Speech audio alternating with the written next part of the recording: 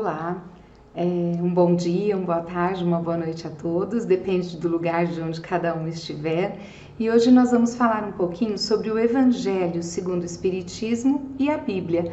Um tema delicado para falar, porque nós temos muitas coisas que são em comum e algumas coisas que se apresentam de forma diferente. Então nós vamos colocar um pouquinho de informação sobre um e sobre o outro para que a gente possa compreender o que isso significa, tá? Então nós vamos falar aqui, em primeiro lugar, sobre a Bíblia Sagrada. Esses dados que eu vou falar são alguns dados até de curiosidade, dependendo de como cada um entender. Eles foram fornecidos pela Saraiva e uma pesquisa até recente, né, de 21 de janeiro de 2020. A Bíblia é o livro mais vendido que existe no mundo e ela foi traduzida já para mais de 3.000 idiomas, ou seja, é uma busca muito grande, uma necessidade muito grande de se conhecer o conteúdo que há neste livro. E está em primeiro lugar há mais de 50 anos, então a Bíblia já está há um bom tempo no ranking aí de primeiro lugar dos 10 mais. Cada país tem uma sociedade bíblica para garantir a verossimilhança, ou seja, é importante que haja aí não uma distorção daquilo que está colocado lá, mas que haja um entendimento entre cada língua que já traduziu a Bíblia, para não distorcer e para não dar um sentido diferente àquilo que ela traz. Então, numa publicação recente da Saraiva sobre a venda da Bíblia, a gente tem aqui algumas informações de curiosidade. A Bíblia ela é dividida entre o Antigo Testamento e o Novo Testamento. O que significa testamento? Significa aliança. O Antigo Testamento, ele fala da primeira aliança que Deus fez com os homens, as origens da humanidade, a história do povo de Israel e a promessa da vinda do Messias. Então a Bíblia ela vai fazendo nesta parte do Antigo Testamento algumas colocações para que a gente comece a compreender a origem, o início de tudo. E ela contém os princípios da primeira revelação da lei de Deus que nos foi trazida por Moisés, ou seja, Moisés ele trouxe para a gente a ideia de um Deus único, porque até então havia vários deuses, Deus do sol, Deus da chuva, Deus do trovão, enfim, tudo era motivo para existir um Deus. Moisés ele trouxe esse Deus único, né, para que a gente pudesse não adorar tudo e todos, mas que se ficasse ali essa ideia de Deus único. E ele, a gente costuma dizer que foi também um grande médium, porque foi ele que escreveu ali os 10 mandamentos segundo o que a gente ouve ditado por Jesus. Nós entendemos na doutrina espírita que ele foi um grande médium e os enviados do Pai é que foram passando para ele essas leis aí e que realmente elas existem, né, e funcionam até os dias de hoje. Não matar, não roubar, enfim, elas funcionam até. Guardar o sábado é algo que se entende de uma forma diferente, né, na nossa doutrina. E o Novo Testamento, então? O que é o Novo Testamento? O que ele traz? E pela imagem que a gente vê aqui, a gente já começa a ver que ele vai falar de Jesus, né? Então é uma escrita que aconteceu, é uma parte do livro todo que traz uma escrita após o nascimento de Jesus, tá? E olha só, ele é compilado de 27 livros distribuídos em 260 capítulos. Então é muita informação, é muita coisa que tem no Novo Testamento. Se já existia uma grande quantidade de coisas no Velho, o Novo não vai ficar muito atrás. Esses escritos, eles foram feitos originalmente em grego. E olha só quando é que eles aconteceram, entre os anos de 50 e 150 depois de Cristo. Esse Novo Testamento, ele conta a história de Jesus, tá? Todos esses livros que estão ali vão contando a história de Jesus, a propagação dos seus ensinamentos e a formação das primeiras igrejas, entre muitas outras coisas e muitos outros ensinamentos. Tudo aquilo que a gente estuda nos cursos, né, quando está numa casa espírita, vai falar sobre o Velho Testamento, especialmente quando a gente chega no Aprendizes do Evangelho, fala-se um pouco mais sobre o Velho Testamento, mas os estudos da doutrina espírita, eles são bastante voltados a esta parte do Novo Testamento, porque tem uma ligação muito forte, né, todos os ensinamentos de Jesus com a parte moral, que é onde nós focamos a grande melhora do ser espiritual que habita em cada um de nós, porque é isto que vai fazer também a mudança no mundo. Então a gente vive esperando pela paz, pela mudança, porque tudo precisa ficar melhor e como é que vai ser. Mas se nós não iniciarmos isso dentro de nós mesmos, então não adianta a gente ficar esperando que tudo aconteça fora.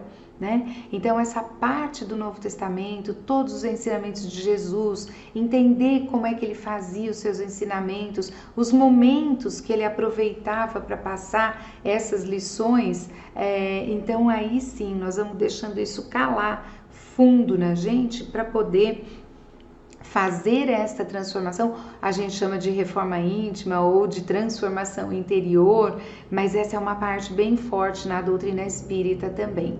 E uma coisa interessante, eu já ouvi essa pergunta inúmeras vezes, e às vezes não uma pergunta, mas uma afirmação mesmo, de que o Evangelho segundo o Espiritismo é a Bíblia do Espírita. Será que isso é verdade mesmo? Será que o Evangelho segundo o Espiritismo é a nossa Bíblia, daquela que a gente carrega e tudo? Primeira resposta é não. Tá? Não é a nossa Bíblia, tipo que a gente fez uma Bíblia nova a partir da Bíblia que existia para ser só do Espírita. Esse entendimento não, tá? Por quê? Porque não tem nada de novo em termos de moral. O Evangelho segundo o Espiritismo, ele não criou leis morais do nada e colocou ali para que a gente começasse a seguir. Não, aquilo que foi deixado por Jesus é que é interpretado à luz do Espiritismo. Então não tem nada contrário aos ensinamentos de Jesus, mas o que acontece? Eles nos são explicados.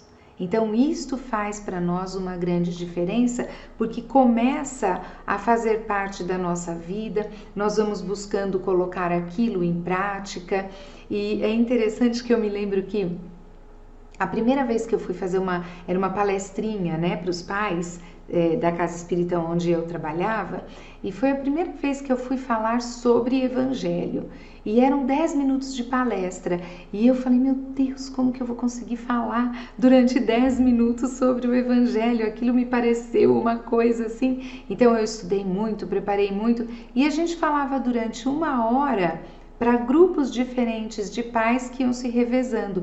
Então vinha um grupo de pais, eles saíam para tomar o passe, entrava outro grupo, saía para tomar o passe, e a gente ia repetindo então essa palestrinha. E em todo este meu preparo, então eu falei, antes de eu fazer essa palestra, eu preciso fazer ela aqui em casa, né? Então filho, né? Senta aqui e ouve que eu vou falar. Amigo do filho tá em casa, senta que eu vou falar. E eles, mas a gente vai brincar. E eu dizia, não, mas agora vocês vão escutar uma coisa importante que eu vou precisar da opinião de vocês. E esse amigo, então tava meu filho e um amigo que ele era de uma outra igreja. Então ele me ouviu, ele sabia que eu era espírita, mas me ouviu ali falando, mesmo ele sendo de uma outra religião. Ele ouviu, e quando eu terminei esses 10 minutos que foram para mim uma eternidade, né? Ele olhou e falou assim, ué, posso fazer uma pergunta? Eu digo, sim. Ele falou assim, mas vocês falam de Jesus? Eu falei, olha que interessante essa pergunta. Sim, nós falamos o tempo todo de Jesus na doutrina espírita. Então todos os nossos ensinamentos, todos os ensinamentos que a gente tem, eles são calcados nos ensinamentos deixados por Jesus. E muita gente às vezes tem essa ideia equivocada, achando que a gente faz evocação de espírito, que a gente fala com o morto, e que isso e aquilo. Não, nós entendemos que há uma comunicação entre os mundos, né? E quando a gente volta lá para a Bíblia, para o Antigo Testamento, e pensa em Moisés como um grande médium, não foi nada mais, nada menos do que essa comunicação entre o mundo espiritual e o mundo material, entre o mundo dos encarnados e o mundo dos desencarnados. encarnados. Então é isso que a gente começa a ver, poxa vida, que interessante, então tem Jesus na doutrina espírita também. E aos poucos essa ideia vai então se propagando e as pessoas vão começando a compreender o que fazemos na doutrina espírita. O Evangelho segundo o Espiritismo é a terceira obra de Kardec.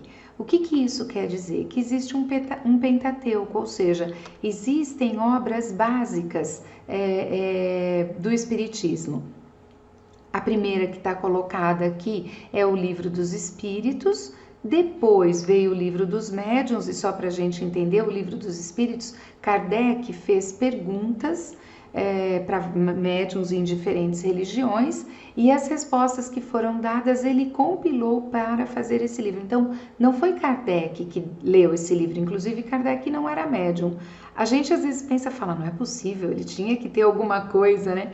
Mas essas respostas nunca foram dadas por ele, tá? Ele compilou a resposta dada pelo Espírito da Verdade para médiuns em diferentes partes do país, né, e do mundo, e ele compilou e juntou aquilo tudo, e assim saiu o Livro dos Espíritos.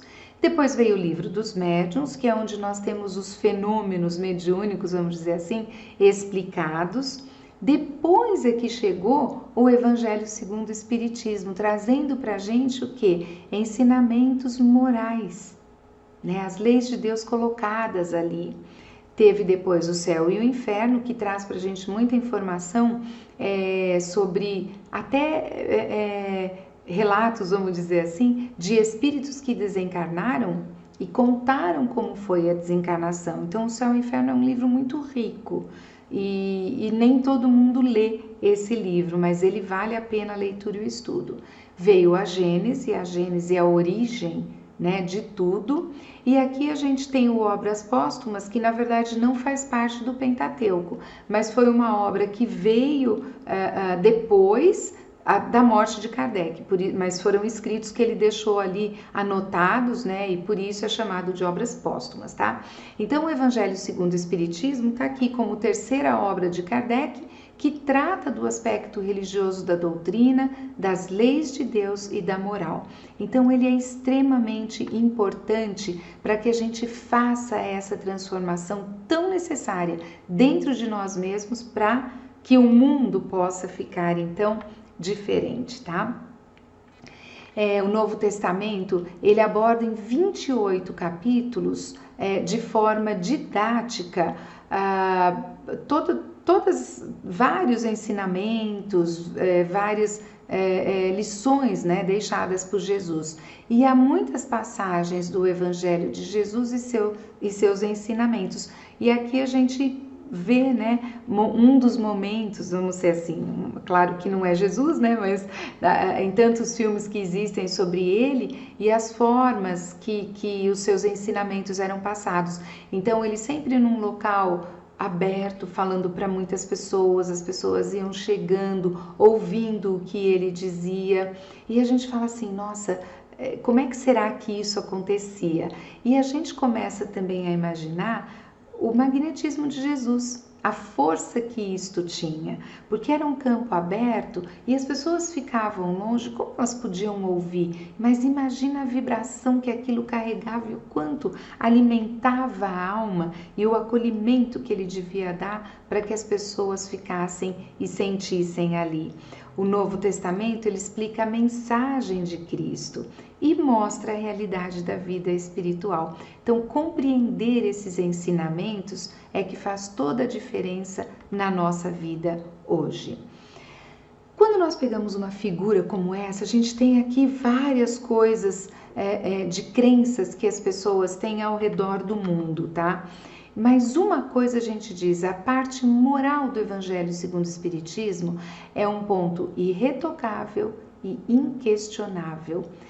Muitas coisas, por exemplo, no Antigo Testamento, elas podem ser contestadas. As pessoas param e falam assim, mas será que era isso mesmo? Será que aconteceu desse jeito? Isso daqui está parecendo uma alegoria. Não seria isto uma metáfora? E questionam, né, algumas partes do Velho Testamento. Mas no Novo Testamento, os ensinamentos de Jesus, ninguém consegue mudar e apontar ali alguma coisa e dizer, olha, isto daqui não é assim que funciona, está errado. Jesus deixou este ensinamento e este ensinamento está errado, porque não é assim que funciona.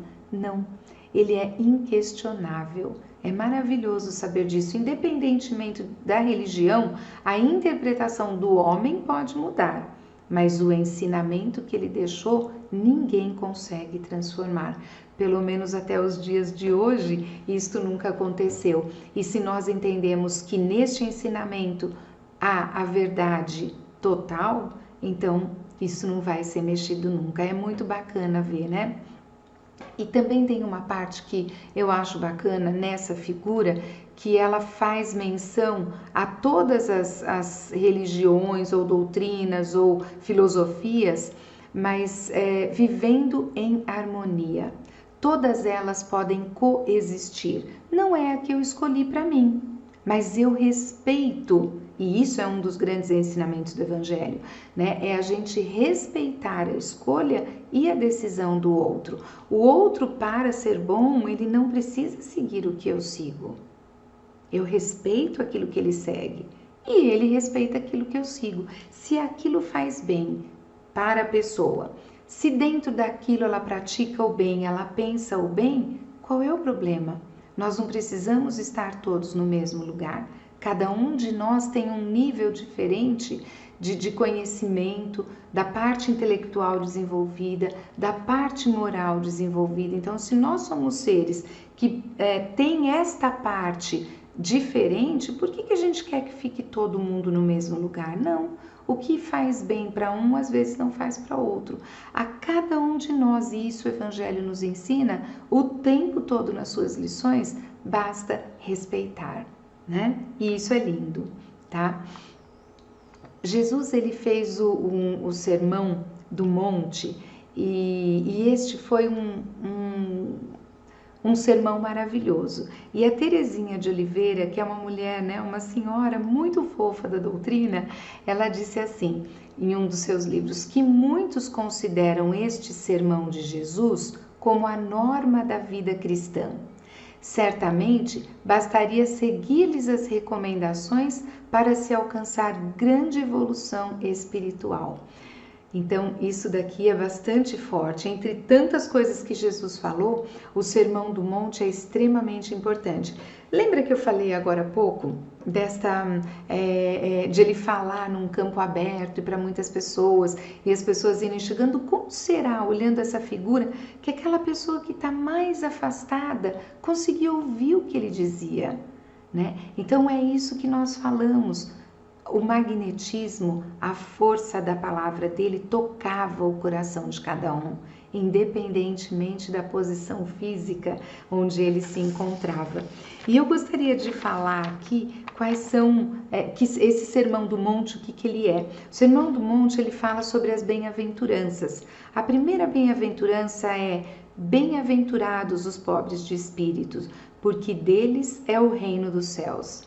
E eu costumo brincar com essa passagem aqui, que quando eu queria xingar alguém, eu dizia assim, ai, mas este aí é um pobre de espírito mesmo, porque para mim isso era um xingamento, até que eu comecei a estudar a doutrina espírita e entendi o que é ser pobre de espírito.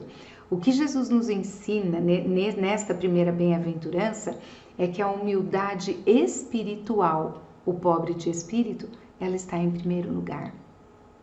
Então isso daqui é demais, porque olha, se são eles que herdarão o reino dos céus, então eu não posso imaginar que ser pobre de espírito é uma coisa ruim, ser pobre de espírito é uma coisa boa.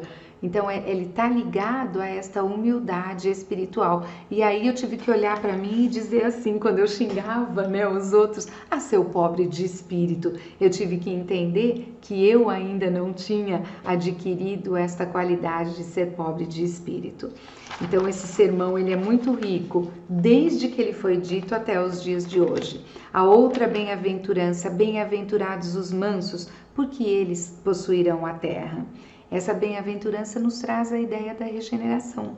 Então é quando as coisas vão começar a mudar.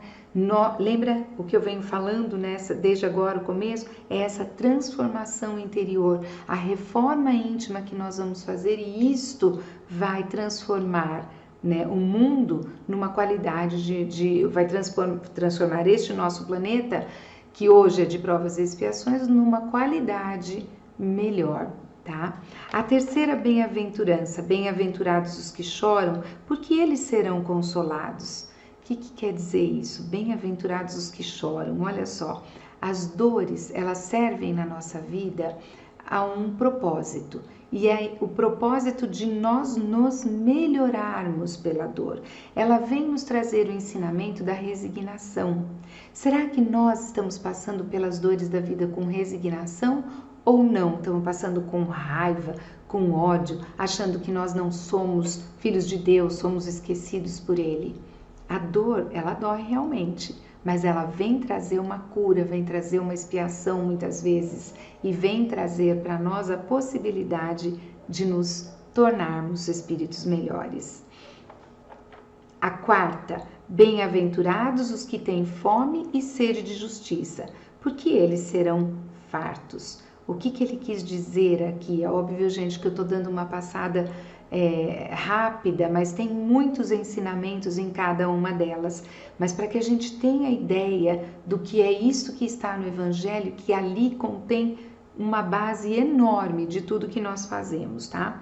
Então ele quer dizer assim, que quando nós estivermos evangelizados, cristianizados na lei do amor, nós estaremos em harmonia. Isso mudará a nós, mudará aqueles que estão ao nosso redor, porque nós vamos deixando exemplos que as pessoas podem levar. Puxa, olha, também queria agir desta maneira, e isto vai transformando o mundo, tá? Então a importância de nós nos evangelizarmos nesse sentido.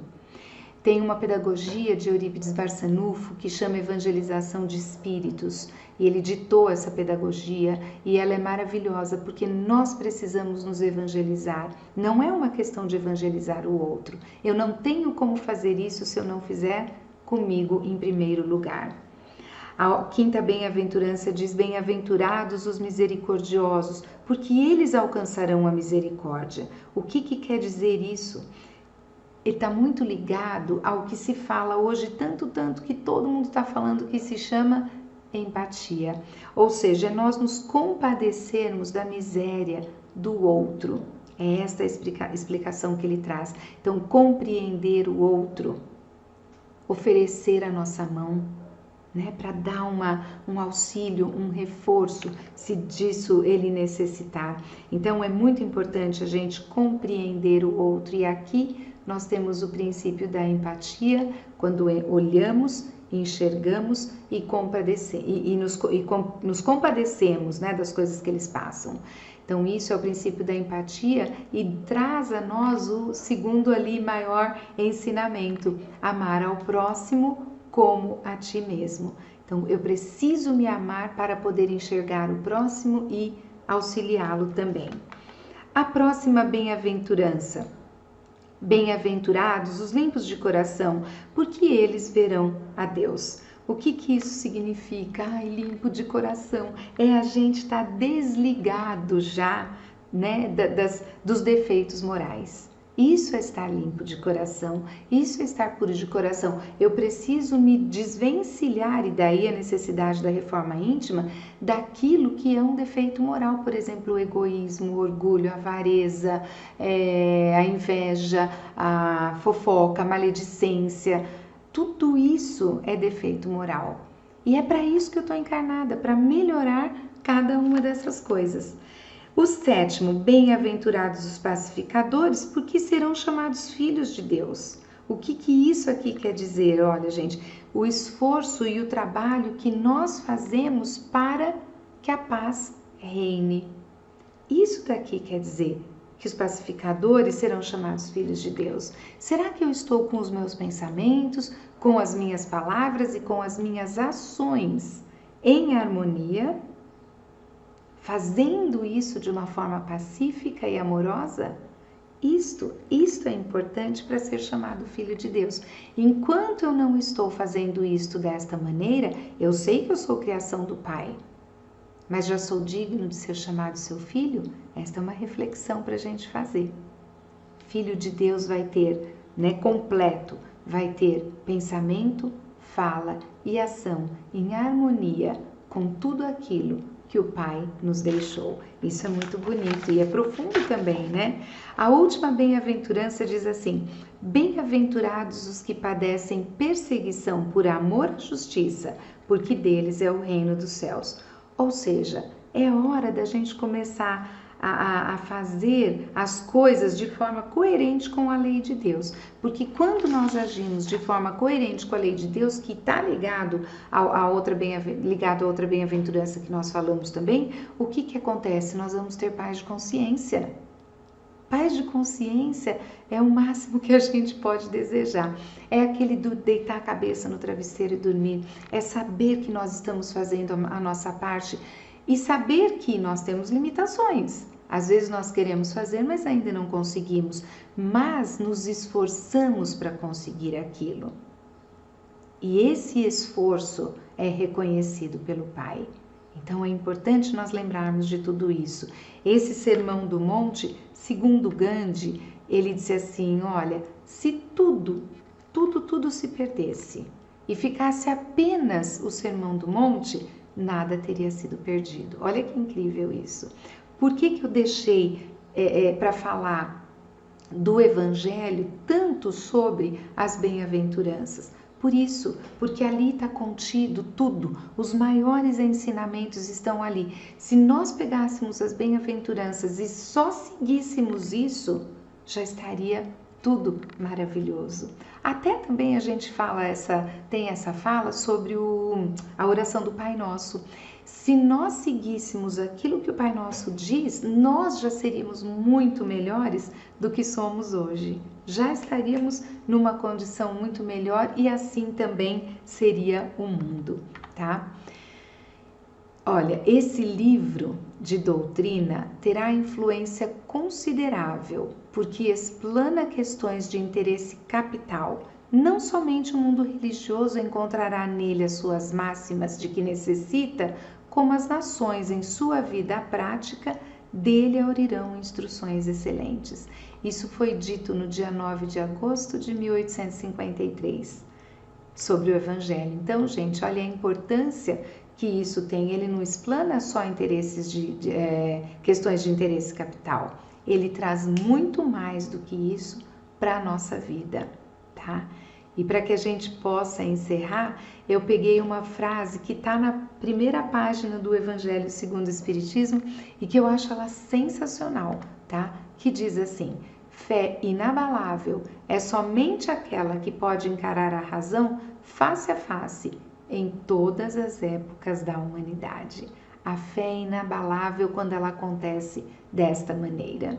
Então, vamos deixar esta frase aqui para nossa reflexão, pensar no Sermão do Monte, em quais daquelas bem-aventuranças nós já estamos conseguindo fazer alguma coisa e colocar em prática na nossa vida, porque isso é a transformação real do ser. E como é que nós estamos deixando o nosso legado para aqueles que estão ao nosso redor.